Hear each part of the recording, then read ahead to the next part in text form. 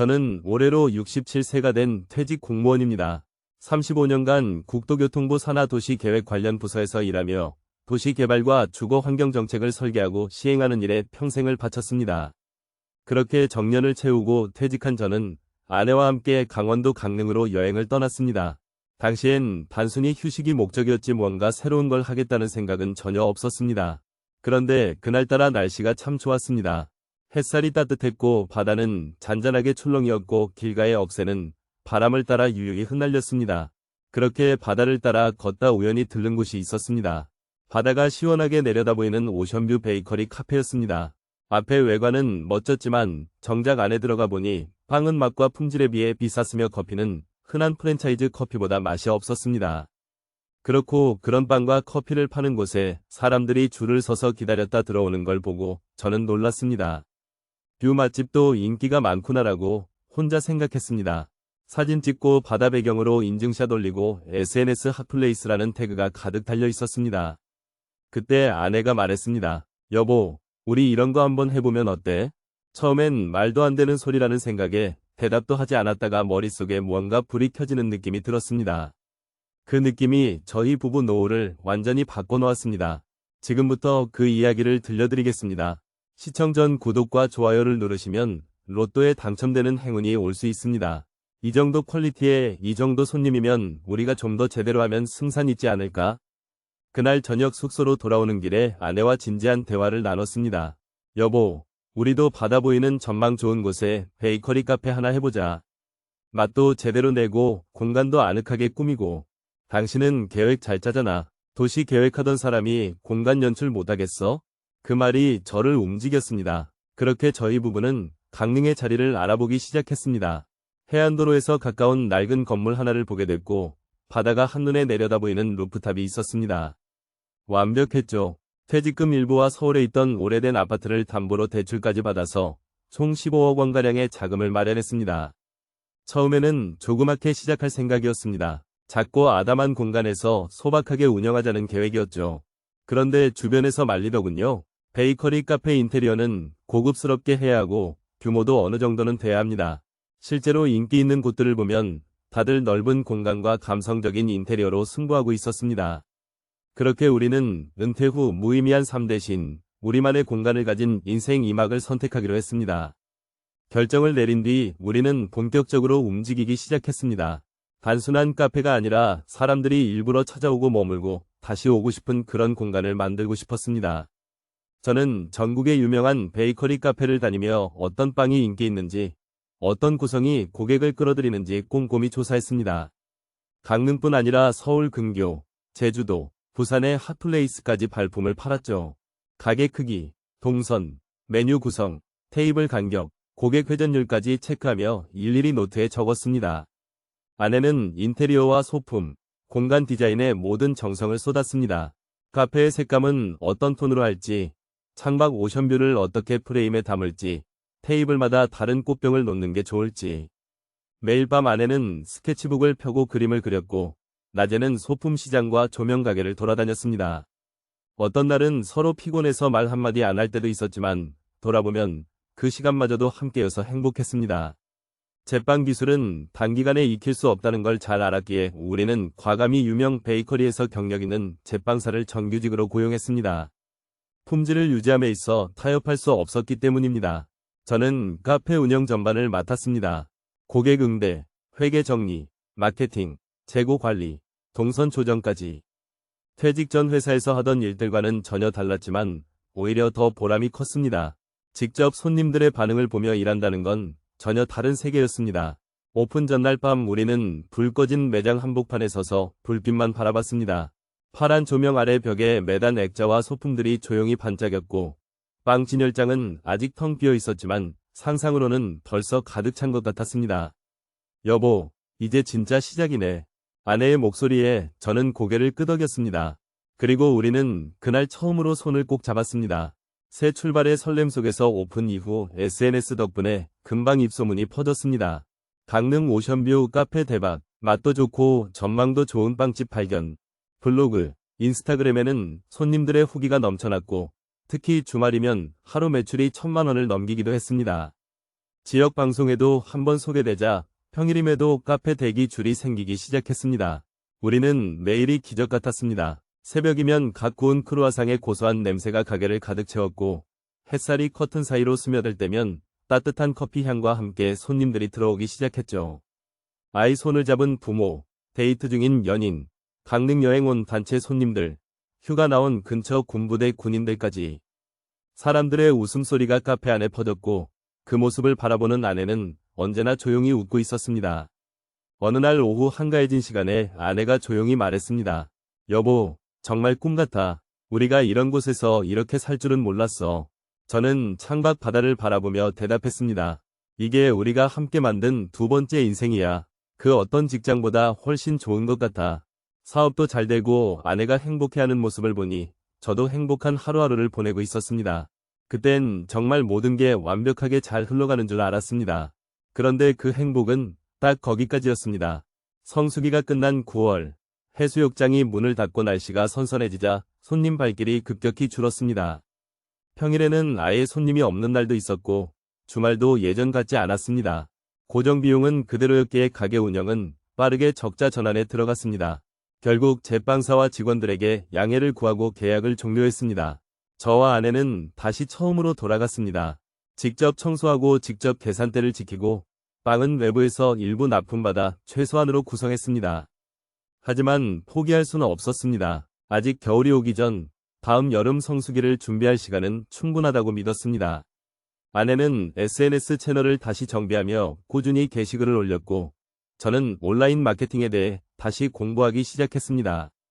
기존에 촬영했던 사진들을 보완하고 가게 분위기를 따뜻하게 바꾸기 위해 조명과 가구를 소소하게 바꾸며 인테리어를 재구성했습니다. 겨울이 오기 전에는 가게 분위기를 바다뷰 감성으로 정리하고 봄에는 바다와 잘 어울리는 봄 한정 음료와 디저트를 출시했습니다. 전단지도 직접 만들어 강릉과 주요 관광지에 돌렸습니다. 내년 여름엔 반드시 다시 손님이 올 거야라는 희망으로 하루하루를 준비하며 버텼습니다. 그리고 드디어 여름 성수기가 다가왔습니다. 6월 중순 첫 주말부터 손님들이 조금씩 돌아오기 시작했습니다. 하지만 기쁨은 오래 가지 않았습니다.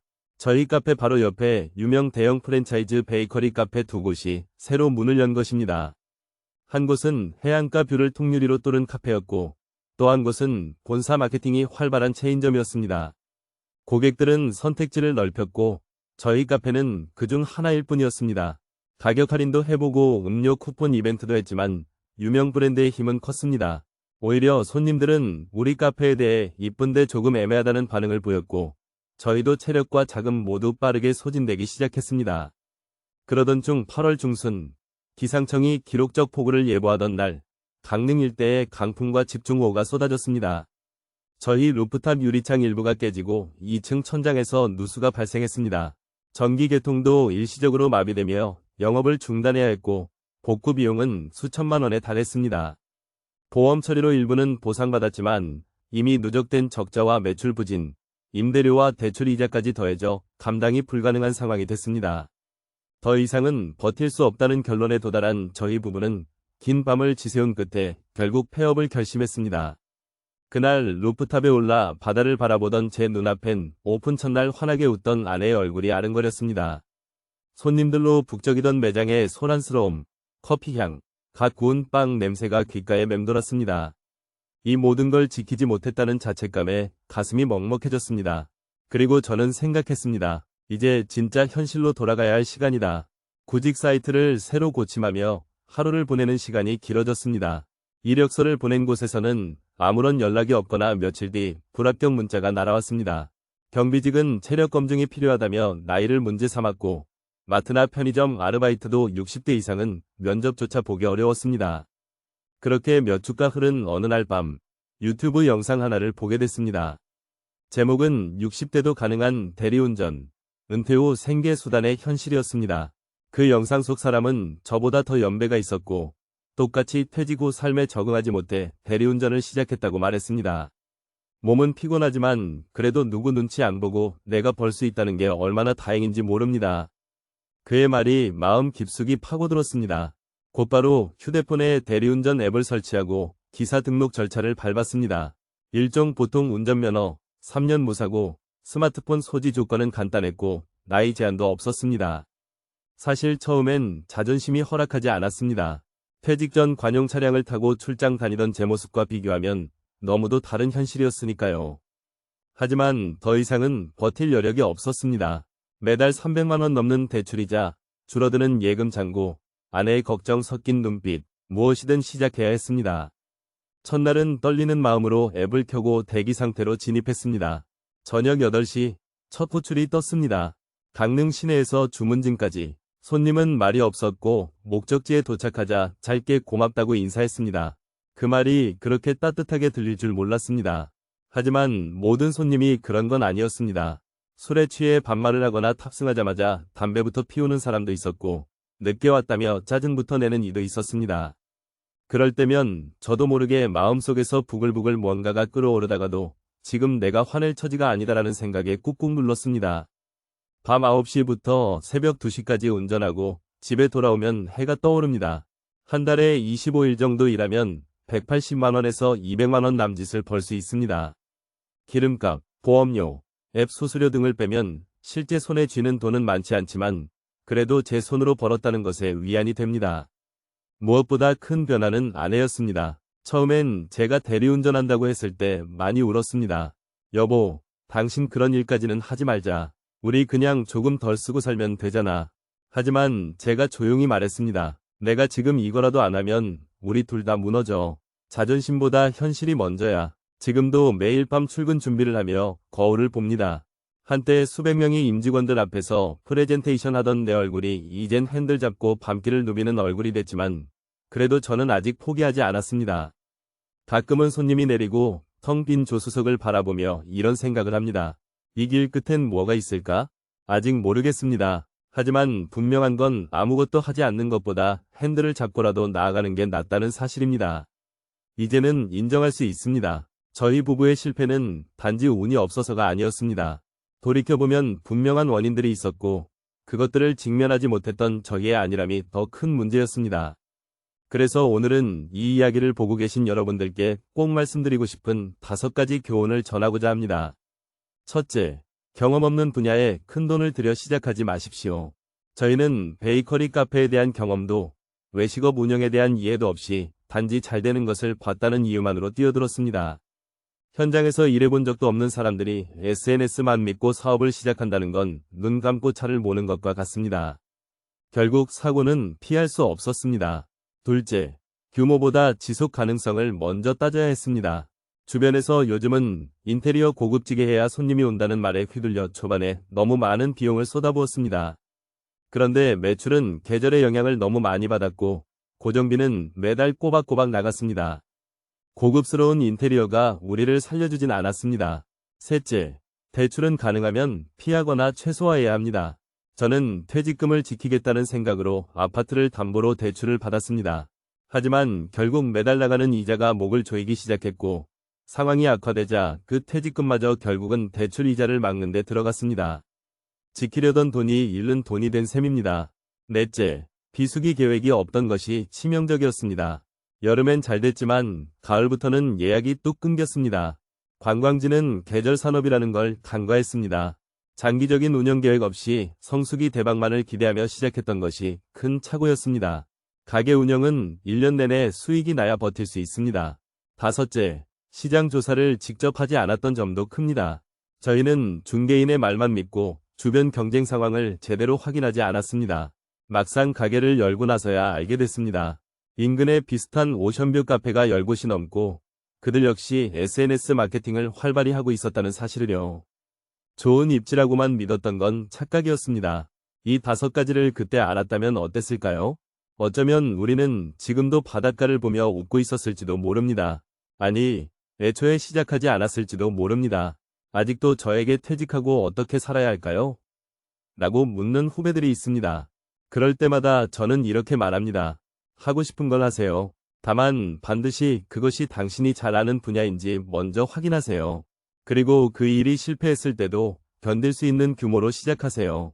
사업은 화려한 꿈이 아니라 냉정한 숫자와 사람과 현실이 맞물리는 곳입니다. 저는 그걸 너무 늦게 배웠습니다. 요즘 저희 부부는 하루하루를 천천히 살아가고 있습니다. 새벽까지 대리운전을 마치고 아침이 되어 집에 돌아오면 아내가 따뜻한 미소로 맞아줍니다. 김치찌개 냄새가 반겨주고 커피 한 잔을 함께 마시며 하얗게 밝아오는 하늘을 바라보는 그 시간이 이제는 참 소중합니다. 아내는 가까운 마트 반찬 가게에서 오전에만 일합니다. 처음에는 많이 힘들어했지만 손님들과 눈 맞추고 인사 나누는 것이 점점 익숙해졌다고 합니다. 우리는 이제 하루에 몇 시간이라도 함께 밥을 먹고 함께 앉아 이야기를 나누는 일상이 얼마나 감사한 것인지를 느끼며 삽니다. 퇴직 후 처음 꿈꿨던 자유로운 인생 2막은 오히려 우리에게 가장 혹독한 현실을 안겨줬습니다. 하지만 그 실패가 있었기에 지금의 이 조용한 하루가 얼마나 값진 것인지를 배울 수 있었습니다. 남은 퇴직금 일부와 대출 정리를 위해 마련한 소액의 예금으로 우리는 새로운 준비를 시작하고 있습니다. 무리한 투자는 하지 않기로, 절대 대출은 받지 않기로, 그리고 무엇보다 삶의 중심은 버는 돈의 크기가 아니라 삶의 지속성에 두기로 마음먹었습니다. 최근엔 작은 계획을 하나 세웠습니다. 아내와 함께 작은 원룸을 하나 마련해 임대를 놓는 것입니다. 큰 수익을 바라진 않습니다. 단지 한 달에 몇십만 원이라도 꾸준히 들어오는 수입원이 생긴다면 우리의 노후가 조금은 안정될 수 있지 않을까 싶어서입니다. 또한 제가 대리운전을 하며 적어둔 일기와 경험들을 모아 작은 전자책으로 엮어볼까 고민 중입니다. 퇴직 후 다시 핸들을 잡은 남자의 이야기라는 제목으로요. 언젠가 저처럼 인생의 갈림길에 선 누군가에게 이 이야기가 작은 길잡이가 되어줄 수 있다면 그것만으로도 의미 있는 일이라 생각합니다. 지금도 가끔 루프탑에서 바다를 바라보던 시절이 떠오릅니다. 실패였지만 그때의 열정과 용기마저 부정하고 싶진 않습니다. 다만 그 열정에 앞서 조금만 더 겸손했더라면 지금의 저는 좀 더 편안한 삶을 살고 있었을지도 모르겠습니다. 하지만 우리는 다시 시작했습니다. 자존심보다 현실을 선택했고 허영보다 생존을 택했습니다. 그리고 그 선택은 비록 고되고 느릴지언정 분명히 저희를 다시 안전한 땅으로 데려다 줄 거라 믿습니다. 혹시 이 영상을 보시는 분들 중에 저와 같은 상황을 고민 중이신 분이 계시다면 꼭 말씀드리고 싶습니다. 인생은 길고 퇴직은 끝이 아닙니다. 실패는 아픔이지만 다시 일어서는 건 위지입니다. 지금 우리가 꾸는 꿈은 단순합니다. 빚 다 갚고 작더라도 우리 집 한 채 마련하고 손주들 용돈이라도 챙겨줄 수 있는 그런 조용하고 따뜻한 노후. 그렇게 하루하루를 감사하며 살아가는 것입니다. 긴 이야기 끝까지 들어주셔서 감사합니다.